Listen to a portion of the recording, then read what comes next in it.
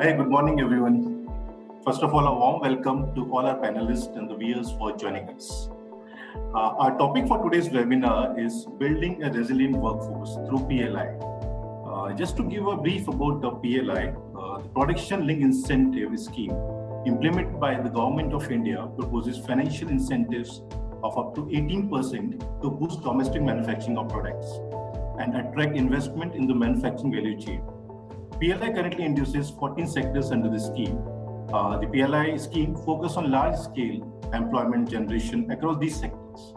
The PLI scheme allotted 2.34 lakh crores across 14 sectors, which show how the government is prioritizing this scheme, which is very beneficial for all the employers in the country.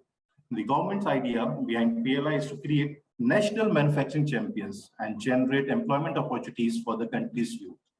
The scheme will generate approximately 2 lakh direct employment opportunities in the next 5 years, along with the creation of additional indirect employment of nearly 3 times direct employment.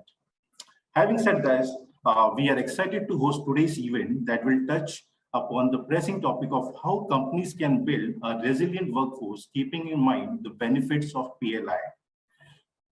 Let me take this opportunity to introduce our speakers for today's webinar. We have Ms. Koel Malik Singhal.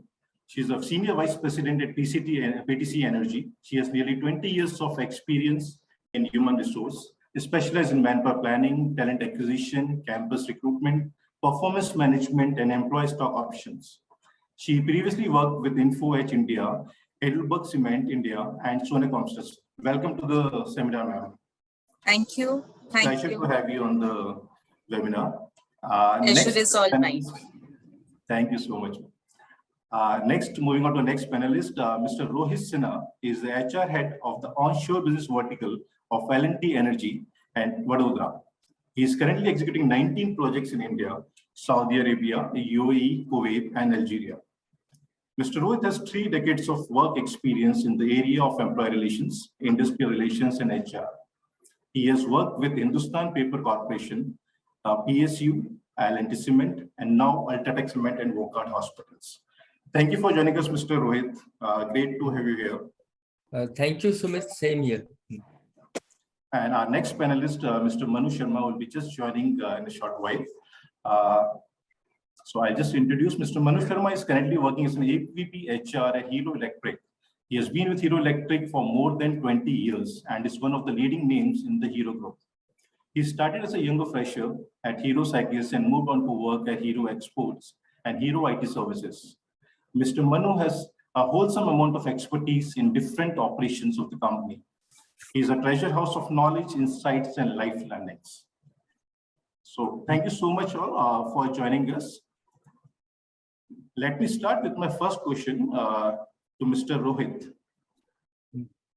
I'm sure everyone is looking forward to hear from you, sir. And meanwhile, once Mr. Manu joins, I think we can continue this discussion further. So first question for you, so just where you can share your thoughts, Mr. Rohit. How PLI is boosting the current domestic manufacturing scenario and how effective it is for manufacturers? I think the platform is open. If you can just share your thoughts and throw more light about it. Sumit, first of all, thanks once again to TeamLease, and very nice to be in the company of experience and colleagues from HR fraternity, and from representing different industry. We have joined by Mr. Manu Sharma, so welcome to Manu. So when I went through this production linked incentive scheme, it in fact has been very exciting to know that how this country, our country, India, is extending its Make in India program and targeting the very young workforce. Actually, so today the median age of India is 28, and even in the next 5 years we are going to be very young, with around 32 years of median age and nearly 50 crore Indian population employment ready from now onwards till next 5 to 10 years time. So probably the youngest country in the world. So this PLI targeting the auto component, automobile, aviation, chemical, and the likes, in fact, is going to generate a lot many tertiary and ancillary industries also coming up. As you rightly said, that in the coming 5 years, the employment will be going up to the tune of 30 to 50 lakh employment. That was the need of the hour post-COVID. And I represent the EPC industry and energy field. So I'm particularly excited about the advanced chemistry cell. So like we are into green energy space. And Adani and Reliance, they are going to put up the energy production units, and we'll be partnering with them with engineering, procurement, and construction projects. So very, very excited. It's a young segment that we are focusing on for the last 2 years. Metal and mining, we are in a big way into all kinds of mining. So all this equipment, escalators, and the material handling equipment. So we are looking forward to that kind of investment and new players to come in where we'll pitch in. And for renewable energy again, once again. So we are there for the EPC space. So, what I see that manufacturing, we had taken a backseat of employment in the country. So this is going to multifold actually. In fact, I gathered some data and realized that only in drone manufacturing, the direct job creation will be to the tune of 10,000. Indirect employment in drone equipment and feeder services, it will be 5 lakhs new jobs in next 3 years. That is the prediction of the Niti Aayog discussions. Electric vehicle segment, 11 lakhs jobs in next 2 to 3 years. One shop as Joy Bike has opened only next door. And they sponsored the world's biggest Garba festival. So that is how they are taking to the next level. Foreign Minister, Mr. Jaishankar attended that. And white goods also 4 lakhs direct and indirect jobs. So very, very exciting times for all of us in the space of HR particularly. And the economic growth in other manufacturing will be to the tune of 2 lakhs. Textiles, 7.5 lakhs. And pharma, 12,000 direct and 80,000 indirect. Smartphone, I gathered the information that Apple's subcontractors have already employed like 7,000 each, and close to 15,000 in the wake of this opportunity. One thing I would like to emphasize, our agriculture and small scale industries, as we know, over a period of 30, 40 years, it has taken a backseat. And Pradhan Mantri, Mr. Modi, very proudly shared with us in the Niti Aayog conference that in 2023 it has been passed as a International Year of Millet by United Nations General Secretary.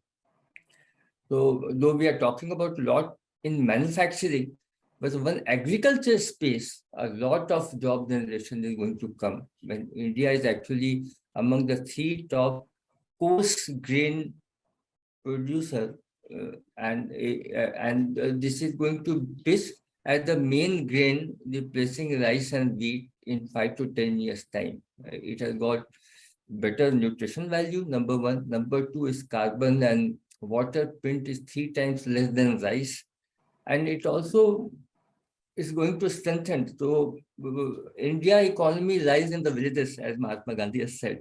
So that is a focus area that is going to emerge. And all these sectors are actually going to converge. Sumit, you started with one sector, then 10 to 14 is going to expand. So I'm very excited that in agri and small scale industry, like textile, so a lot of rural women also are going to be roped in agriculture, and also there's a very holistic socio-economic growth that I'm foreseeing in next 10 years to 15 years time. Thank you. Thank you so much. I think that gives a lot of insight about the PLI and all. As you mentioned, I think, the PLI, when we talk normally, the first thing which comes in mind is performance link incentive. Now, I'm sure after this webinar, people start talking about production link incentive also, because the first thing which plays in on the mind is performance link incentive. Okay, before I move, further, I'd like to welcome Mr. Manu. Mr. Manu, welcome to the webinar. I understand you just joined. So we just started the initiative, the introduction and all, and the first question where Mr. Rohit has shared his thoughts. So I'll put up that question with to you also, so then maybe you can just share your thoughts and give more insight about it. And before that, I think I'd like to really thank Mr. Rohit. I think some pointers which mentioned were really good. I think, like, started with Make in India. I think targeting the young force. That really, I think there's a vision where we're looking for. Other point which you mentioned, the tertiary industries are also not directly and all. The other part, which is, I think, very valid point. No doubt, I think you've shared a lot of good facts and figures, and I can see a lot of great opportunities there, the time ahead, not only in the manufacturing, but other industry, like you mentioned. And over a period of time, if you like the way you also mentioned, sectors are getting added to this PLI. I think that really matters. I think all of the opportunities will be more. That other thing, I think, very important point which you mentioned, I think, increase in women employment. I think this is something which is a major focus area. So I think, thank you so much for touching upon all these points. Now I'll just move it on to Mr. Manu. Mr. Manu, I'll just repeat the question for your information. How PLI is boosting the current domestic manufacturing scenario and how effective it is for manufacturers? Yeah, thank you for inviting me. And PLI is something that has been a very ambitious mission for Indian government, and definitely for all the Indian manufacturers as well. Because a long back, when I was attending a meeting with the Niti Aayog, so Mr. Amitabh Kant said that we created cars, we made cars and handed over that industry to Japan. We made mobile phones, we handed over that industry to China. We want to create everything that whatever we have here, a huge market, we have a huge potential, we have so much workforce available. And not only workforce, unlike other countries, we have qualified workforce available, which requires to be engaged as well. We are the youngest country, as Sir said, Rohit said. So we need to create the employment opportunity for them. So while we are very much excited about all the sectors, or specifically new when we talk about electric mobility, to be created within the India, there has been certain challenges as well. While we talk about Make in India for electric mobility, there has been a limitation of batteries, lithium-ion resources, which is being 80% managed by or owned by China. So while we are attempting to find lithium-ion or the alternate to that in India, we really have to be dependent on those kind of operations, where again we would be dependent on China. One way, the idea of electric mobility is to eradicate fossil fuel dependence, which is 80%, which is such a huge bill that we carry on our shoulders. We pay for those, all the big giant oil companies. Whereas changing that to electric mobility, it may have an impact overall in a long term. When you talk about well-to-wheel, much more and better solution. So basically the idea behind this is that arriving on a scale and then make it in India. On the other hand, it's a catch-22 situation. If you don't do it right now, it will be difficult to make it in India later on. So basically now, as the government is progressively doing, they are encouraging companies like iPhones and others to come and manufacture in India. Automobile itself, cars, India is exporting cars. All the cars manufacturers are making this hub although some of them have left because they could not capture the market. But overall, the idea behind this is to create employment and to create, equal opportunity for every Indian to perform. So while we do so, it is a great step. But we really need to be very careful when we talk about DVA, domestic value addition, which is how much is the right amount. If 60% of the vehicle is battery and it is dependent on China, then is it the right approach? So these are some of the very nascent and nitty-gritties which are linked to a very small, a new age industry right now. So such thoughts have to be kept in mind. So there cannot be one rule for everybody right now. So I hope that addresses the question. So as per you, are we ready for this for implementation, or we are ahead of time, or we are late? I think you mentioned touched upon a few pointers. We're late.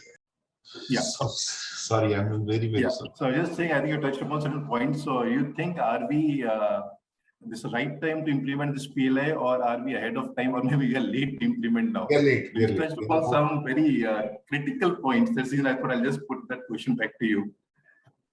So we are late right now, actually. We should have done this about 10 years back, where we should have encouraged this new age. We need to create that infrastructure right now. Even if we decide to, it's as simple as if you want to create a strong logistics, we need to create those infrastructures. If you want to create certain companies, you need to create the supply chain, which is sometimes not here because China's dominance in manufacturing has been, everything you have right now is being made in China. Even the computer screen that we have and the mic that we speak around, everything is made in China. So that habit the habit formation took 20-30 years. So that swift change will not happen. So it has to be gradual, it has to be solid while we create our own setups first, and then we move to such schemes. And so as far as I'm concerned, देर आए दुरुस्त आए, लेकिन जो भी आए हैं अब इसको बहुत केयरफुली करना पड़ेगा, कैसा ना हो कि अपनी रिजिडिटी में, अपने रूल्स की रिजिडिटी में हम किसी नेसेंट इंडस्ट्री को जो पनप सकती थी उसको खत्म कर. So and yes, flexibility is required even after implementing the entire PLI. Very valid point, because whatever comes as standard. This thing you need to go as per industry wise, nature also. I think so. A few points I think really liked it, which you mentioned, Mr. Manu. One is qualified workforce requirement. I think that's a need of the hour. We have manpower available. I think the skills which are required, I think that really makes a difference. The other thing which you mentioned, very critical point, reduction in terms of dependency on other countries. And even talking about making India and a lot of things like you mentioned, like China example, or I think very thing. And important one, the long-term solution should not be a short-term thing. And again, we're getting into hit and trial this thing. So thank you so much, Mr. Manu, for giving such a detailed pointers and all, give good insights overall. And now I like to move to Ms. Koil. Ms. Koil, the question for you, how will this PLI help to boost the blue collar and micro level jobs? And does it lead to investment in the learning and development of employees? So just waiting to hear from you, your thoughts on this. Sure. Thanks, Sumit. And thank you, first of all, TeamLease, for arranging this live webinar. Very insightful, and honestly speaking, until this webinar, I did not dig that, so deep into the subject, which is so much interesting. Yes, I mean, though taking from Manu, we are late, but it's better late than never. And when in Japan, Korea, China, everybody, they have transformed their economies. We in India, we have, struck it at the right point at the pandemic time when jobs were dirt. Government of India launched the program. So I am personally very, very hopeful with this scheme, especially We all know during the pandemic, the first cycle, the migrant workers issue. And there were a lot of, later on, there were a lot of, lack of jobs. So, yes, with the production linked incentive, it is going to generate, in fact, it has already generated a lot of job opportunities, taking from Rohit, the data point which he shared, that 20,000 jobs in the mobile sector has already, been generated, and we are expecting more. So in the textile, there is an anticipation of 7.5 lakh job to be generated. So taking those figures into account, we are expecting a lot of job generation, as well as one thing which, organization, manufacturing setups have to keep in mind is reskilling. The jobs are created, but at the same time, to show the profitability or to be eligible for the production linked scheme, which is basically the incremental revenue, they have to manage the economies of scale. And how do they do that if they randomly, just hire people? So would that help? Or if they reskill the manpower to match the skill requirement to a specific job? For example, in the electronic sector, certain skill categories are required. To have the L&D center within the organization and to train them, to skill them, to match the requirements of the job is definitely an investment organization must do. And that way the quality of manpower of the nation would improve, and as well as jobs, new jobs would get created. So both has to go hand in hand, is my take on it. Great. Thank you so much, Ms. Koil. So again, your focus more again, I think looks like reskilling of, the manpower for better productivity. I think that's a need of the, again, because we have manpower available. Again, that's the right, I think this point Mr. Manu also mentioned, people have to skill, we need to have a quality manpower, qualified manpower who can, deliver as per the requirements. So I think very valid point. Before going on to Mr. Rohit on the same question, I just thought I'll just add, in the last week, there's some development which has happened, which was there in the news also.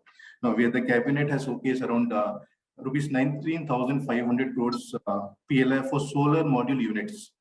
And this will help in substituting imports worth rupees 17,500 crore a year and create 50,000 direct and indirect jobs. So I thought of mentioning, because you can see that there's a regular, development which is happening on this particular subject, which means a lot, because the way I think government is looking and the overall the studies which are coming, the PLI scheme has the potential to add nearly 4% to GDP per annum. In terms of incremental revenue, I think which is a big one. I think this is where we're looking for to target that $5 trillion economy. So thank you so much, Ms. Manu. I'll just move on to Mr. Rohit if he can share his thoughts on the same question.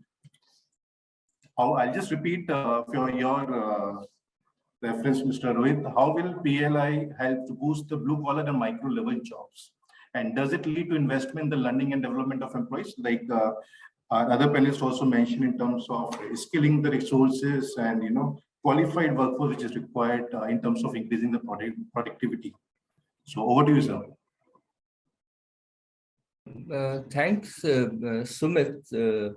I noticed Koil sharing some encouraging thoughts of the opportunity, at the same time raising her apprehension of reskilling the workforce or the technical staff or the micro as well as small and medium level employment. We are actually everywhere there is a struggle.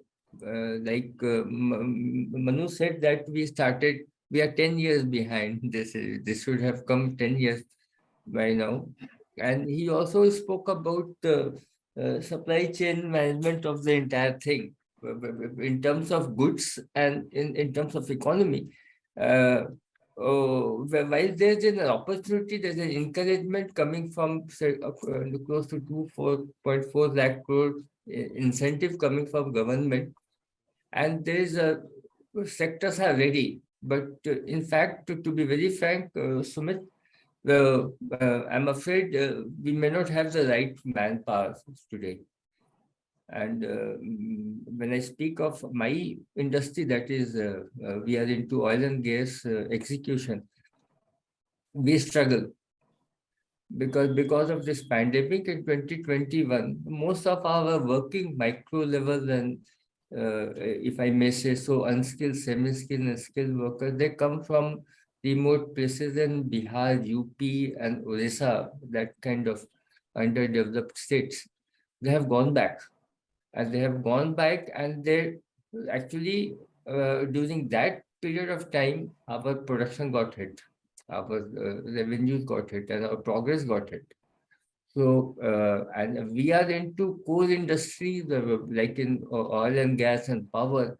You can imagine if we don't provide this infrastructure support to the country, the entire things get delayed. So it is very, very important that like TeamLease can in fact contribute a large deal, because you are in touch with all the industries to provide skilled manpower. And Government of India, as Sumit said, we have taken up many initiatives and many like national, if I may check my notes, Pradhan Mantri Kaushal Vikas Yojana and national skill building like ministry setting up for skilling of people.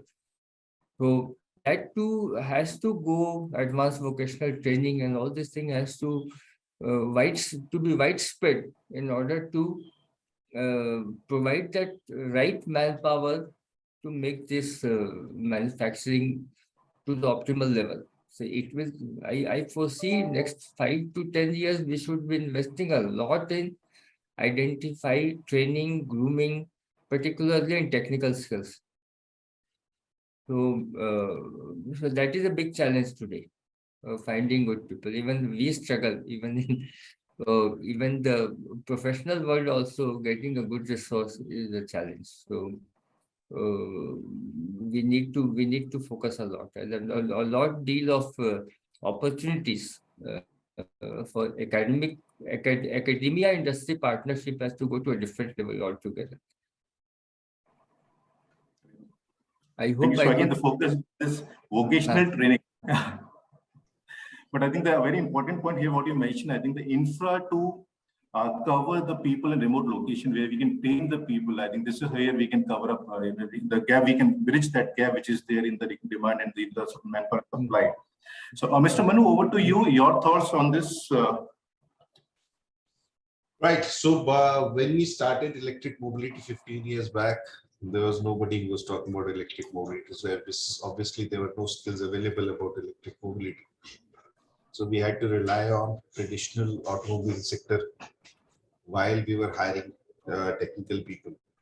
When we did that, we realized that there's a difference of work. Whereas these people, service engineers or manufacturing executives, engineers, have habit of dealing with 3,000, 4,000 components in one vehicle, whereas I have only 22.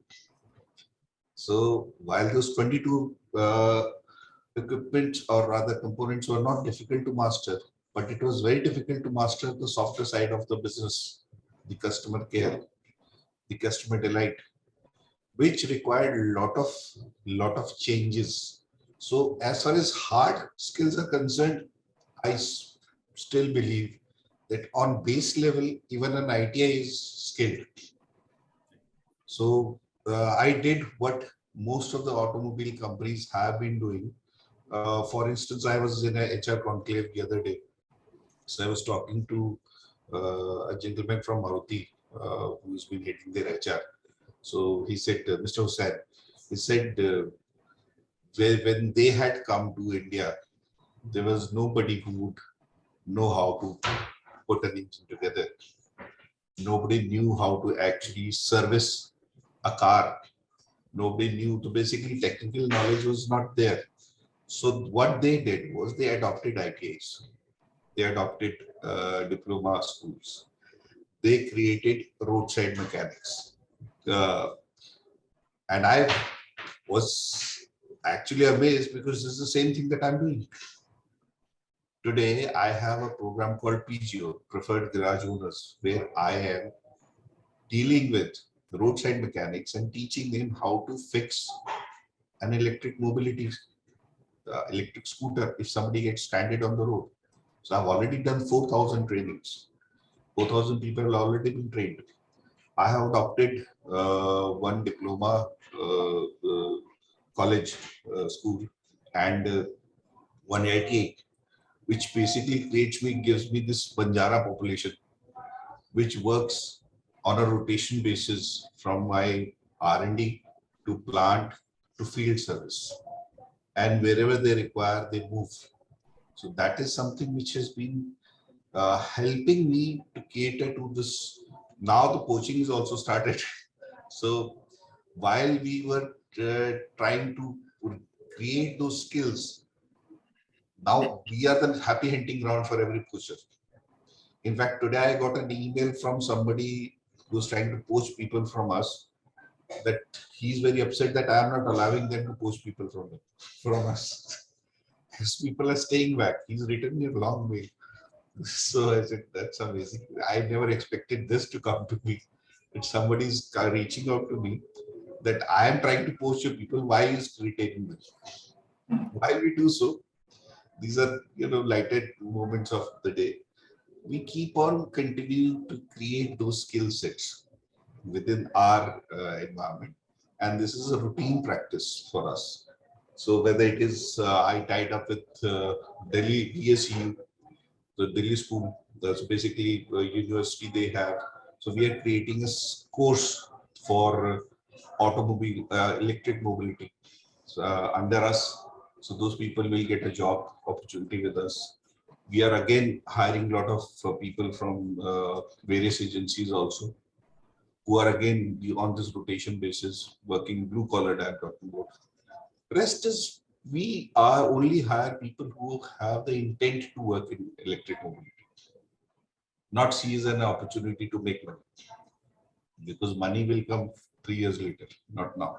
So that is how we have been dealing with it. So छोटा रहेंगे but थोड़ा grow करेंगे, लेकिन एक बड़े पेड़ की तरह grow करेंगे, rather than फैल जाए बेल की तरह. That is our approach. Great to hear that. I think it's not only you planned, you executed the things ahead of time. Now we can say we are not late. Some of the initiatives that you mentioned, I think that's great, Mr. Manu. Okay, so I'll just move on to my next question. Is there any, this is for, we'll start with Ms. Goyal. Ms. Goyal, is there any gender diversity ratio to be maintained in order to get benefited from the scheme? And at what level is women's employment boosted through PLI? Your thoughts on that? Sure. So we cannot, that's purely my perspective, that we cannot have a mandated gender diversity ratio imposed on the industries as far as employment is concerned, because there are certain sectors which requires more male workforce as against industries like textile, food processing, where the workforce population is more on the woman side. However, with the production linked incentive being extended across the industries, when the focus goes to textile, food processing, even pharma for that matter, obviously we can expect and anticipate more and more women, employment generation, as against the textile industry or the white good products. So where it is more male intensive, so we grow together for the genders. So mandating it might not be a right choice at this point of time, because unnecessarily it would be difficult for the industry to maintain. Okay. I think again it's more linked to the flexibility which Mr. Manu also mentioned. I think it goes to the industry. We can't impose the standard rule. I think it's more in line with it is to be a flexibility, rather than, because every industry works in a different way. Correct. But one thing which can be introduced, I was thinking about it. Right now, the scheme is directly proportional to the incremented revenue.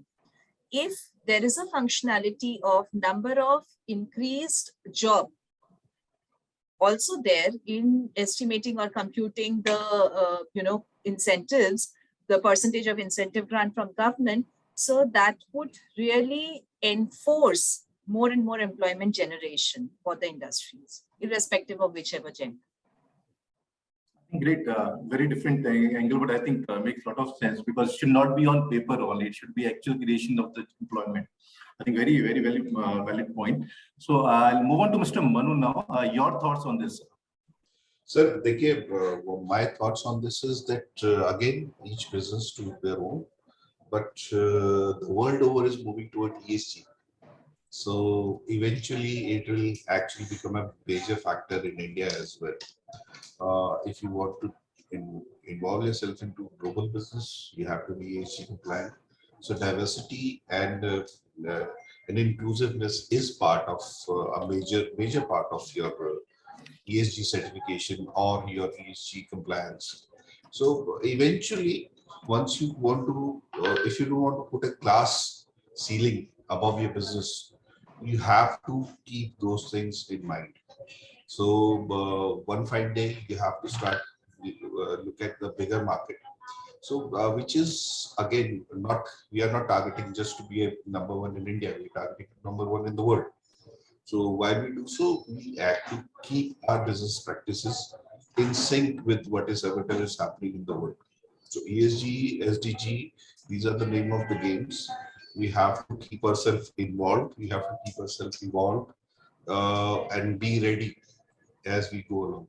I foresee that once the ESG certification becomes popular in India as well, that people will be, before buying any product, people will be looking at whether this product is ESG compliant. So once that reaches to that level, whether it is ethically built, whether it's like the same thing where people would not buy diamonds from Africa, the blood diamonds. Eventually, that kind of area, those kind of questions will also arise. So keeping our businesses environmentally conscious, socially conscious is the name of the game. And that's about it. So keep the right balance wherever it is. Keep the right focus when we go. Diversity and inclusion should not be just limited to gender. It should be expanded to various areas of class as well. We can always talk about how many people are working uplifted from the economic weaker section. Like I have picked up people from the lowest strata, and we have upgrade their life and try to get them a job, which is our main aim. So that also gives you a diversity and inclusion quotient, which should be higher. So rather than focusing on gender diversity only, will not cut the ice in the future. So, yeah. Thank you so much, Mr. Manu. Yeah, Mr. Rohit, your thought process on this? In fact, it is very, very rife and very, very much talked about subject in our kind of industry, brick and mortar. So I was very intently listening to Manu when he's talking about the sunrise industry of electric vehicle and how he is gathering to his resources, not only sourcing them and equipping them. So very interesting. And I agree with Koel also that mandating is not going to help. So to that extent, I align with Koel. At the same time, I see things fairly differently because of whatever association we get into. Having a right mix of men and women to start with, inclusion is the very last subject. In fact, what we have realized over a period of 2 to 3 years, particularly the mental processes that we have undergone because of various reasons. So like only yesterday was Mental Health Day. So what I have seen across at workplace and in social media or any social gathering also, we have tend to become reactive. And that is actually a big bottleneck. But when you talk about, we fail to see the brighter side of the of life.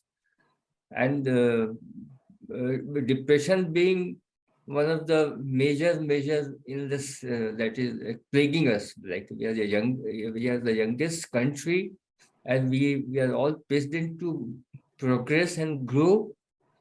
We need to be more inclusive, and by infusing the right balance of gender, it is helping. It helps.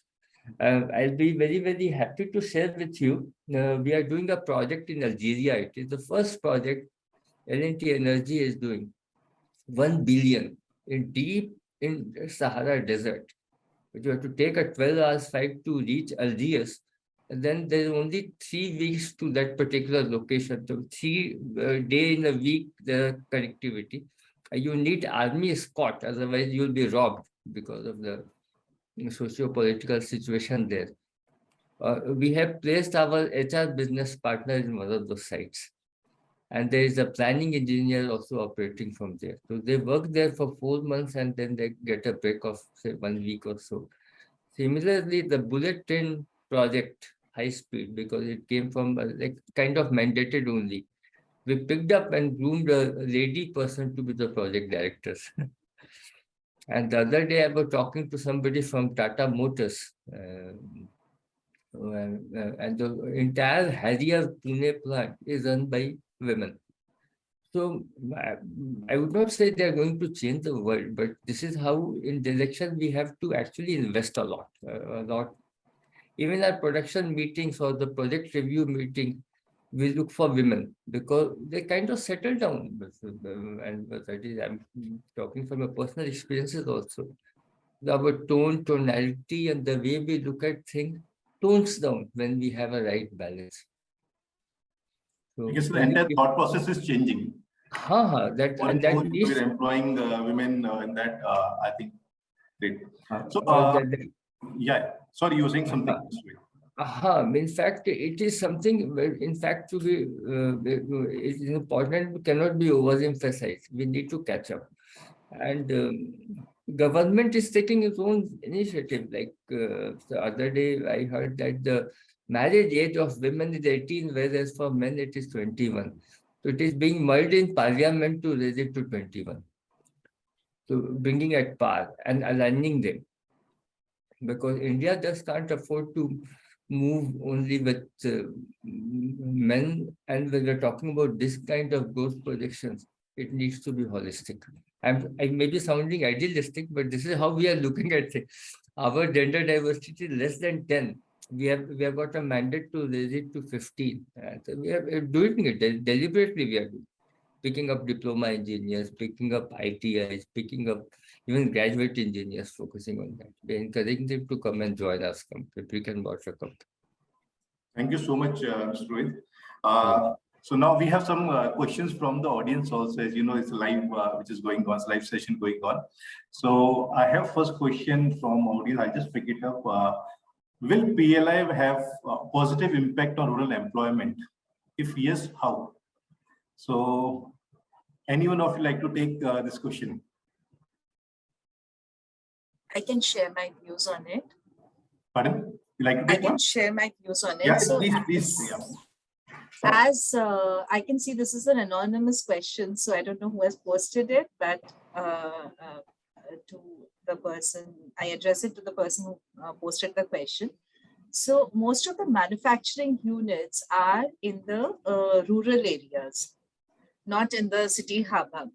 And because they're in the rural areas and the job generation we are intending to see is mostly from the villages around, also as a part of ESG and CSR, the employment generability at the local areas. So we see with the introduction of PLI scheme, a lot of jobs coming up in the places where the manufacturing units resides in, and thus referring to your question, yes, automatically the employment generation would be at the rural sector.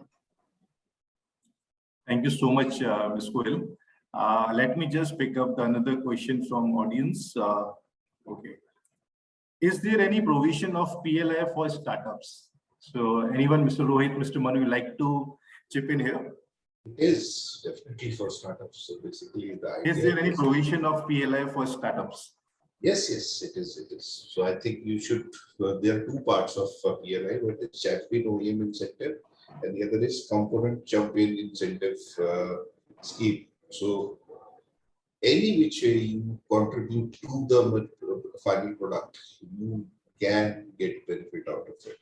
So it is exponential growth starting, and it is maximum benefit is going to the startup only.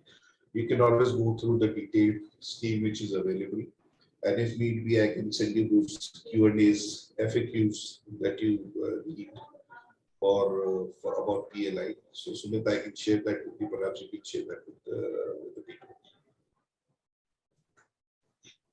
Right. Thank you so much, Mr. Manu. I'll just pick the last question from audience. Like we discussed on this, the employment creation is actually on paper or actually it's getting created. So it's more related with what is the ground reality of PLI on blue collar jobs, and is it really creating jobs? So cynical होने से तो कुछ होगा नहीं. Basically, the idea is to get involved and get involved what is available.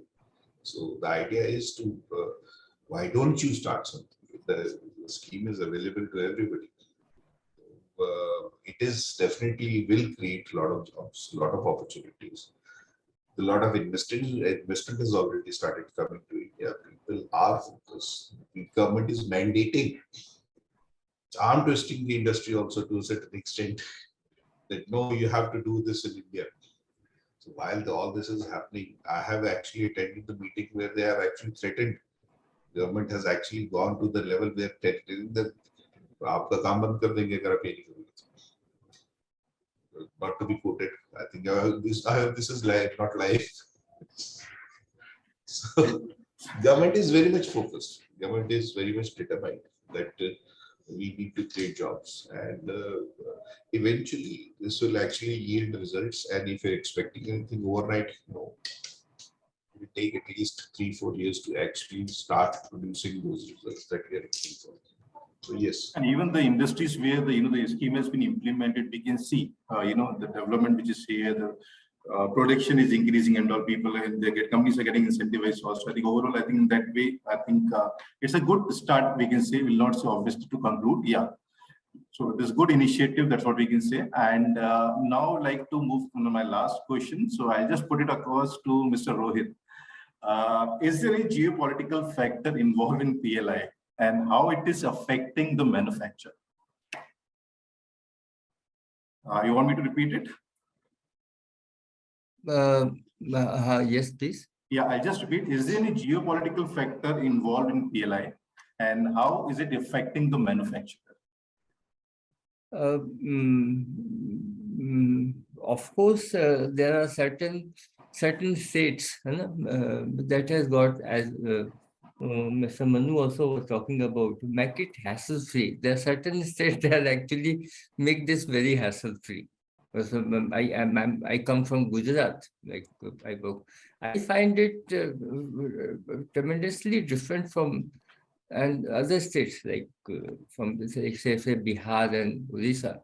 The infrastructure and the governance of things, that the way it moves in Maharashtra and Gujarat, it is definitely and it has got a political angle also. Many such initiatives, it is driven by a particular government that got the jobs become easier.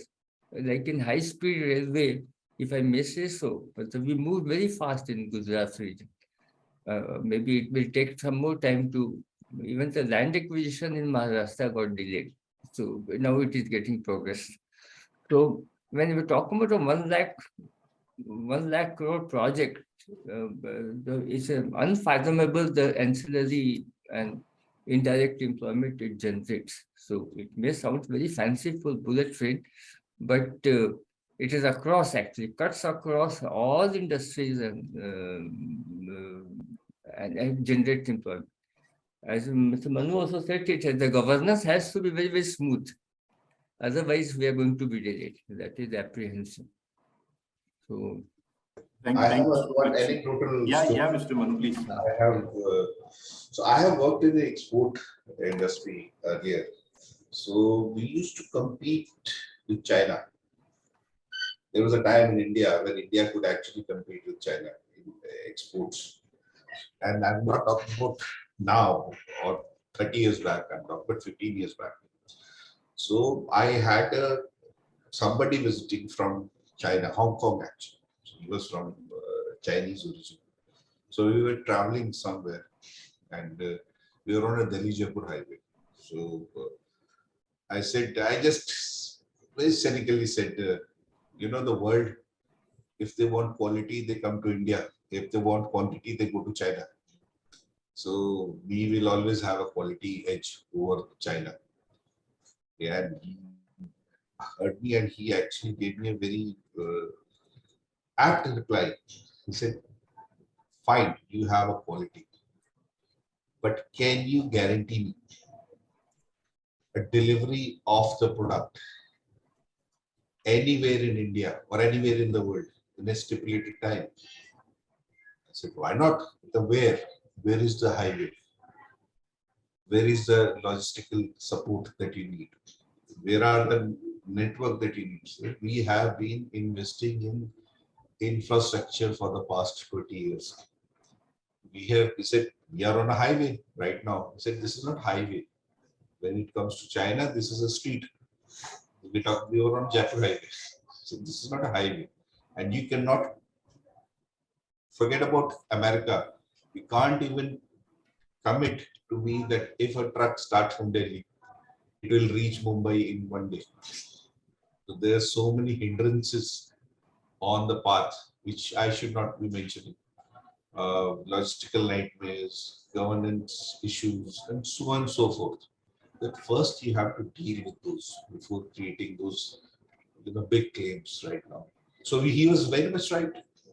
So they had all the infrastructure, they had all the orders, they had everything, and they created that infrastructure so well that they could supply the Chinese manufacturing hub for the world.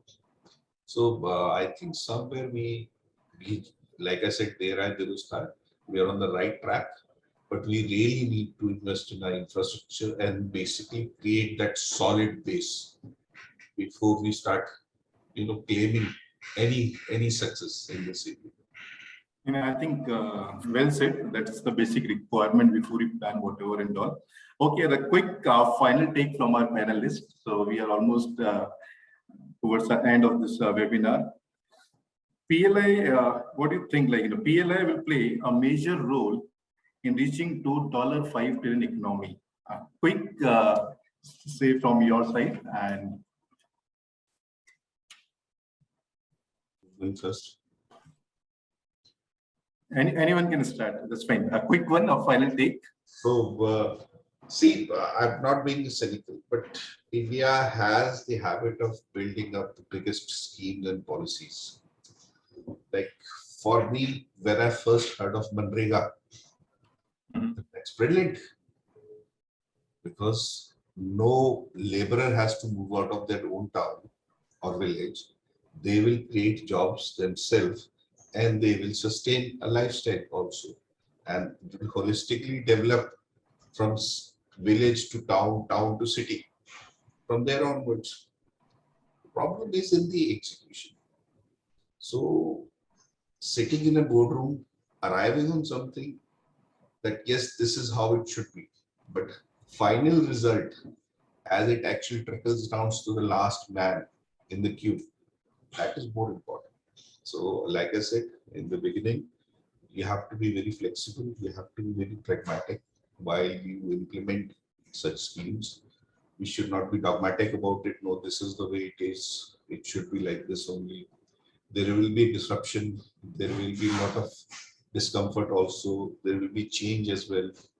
While we deal with all that, we need to keep our minds open and focus on the end result, the end goal, which is more important than anything else. So thank you. Thank you so much, Mr. Manu. Mr. Rohit, quick thought from your end. Like Manu said, we cannot pinpoint a very fixed kind of data on a number. It is only projection. One quick anecdotal thing. In 2021, the crude oil price and the crisis happened, and all our energy sector went for a toss. Suddenly, from this year, beginning of this year, because of Ukraine war and all. So again, this is picking up, and there's GCC countries and the related countries. There's a huge investment going on back in India also. So all of this will play an important role in terms of obviously we discuss on creating employment and direct and indirect. So I'm sure more or less you are also in line with it. That will play visual. But yeah, I understand that, like Mr. Manu also mentioned, challenges and the flexibility which is required. So they will come as moderation, but India has got strong consumer base, and all eyes on India today. So and the projection is that I've got some data with me for 2.7 trillion by 2030, it will go up to 8.4. That is almost 3 times. So in fact, very optimistic prediction that we have. And we certainly go there because of our sheer consumer base, and as Mr. Manu said that if you want quality, you come to India, and that the emphasis is there, and technology and investment in human resources, it has been tremendous. It's going to go up, and in fact, I think we are aware that we have to do a better job than most of our competitors to more or less you are in line with it. Yeah. Okay. So last few words from Ms. Goel on this, your take.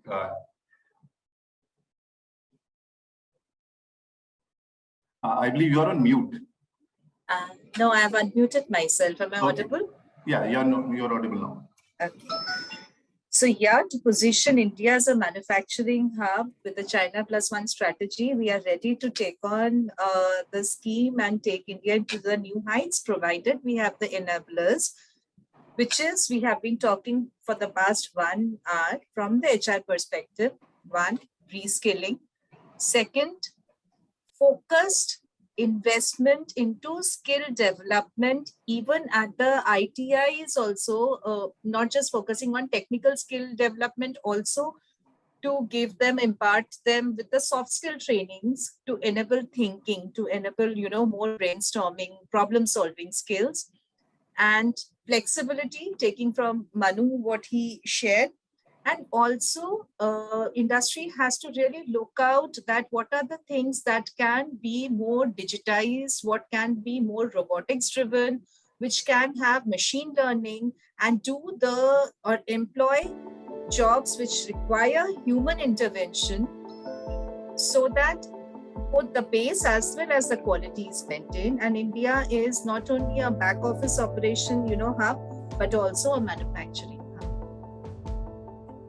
Thank you so much, Ms. Goel. So with this, we come to an end of our webinar. Thank you all for your benign presence. It was a wonderful session, and I'm sure it has helped our viewers in getting great insights about the PLI scheme. Thanks once again. Have a great time ahead. Thank you so much.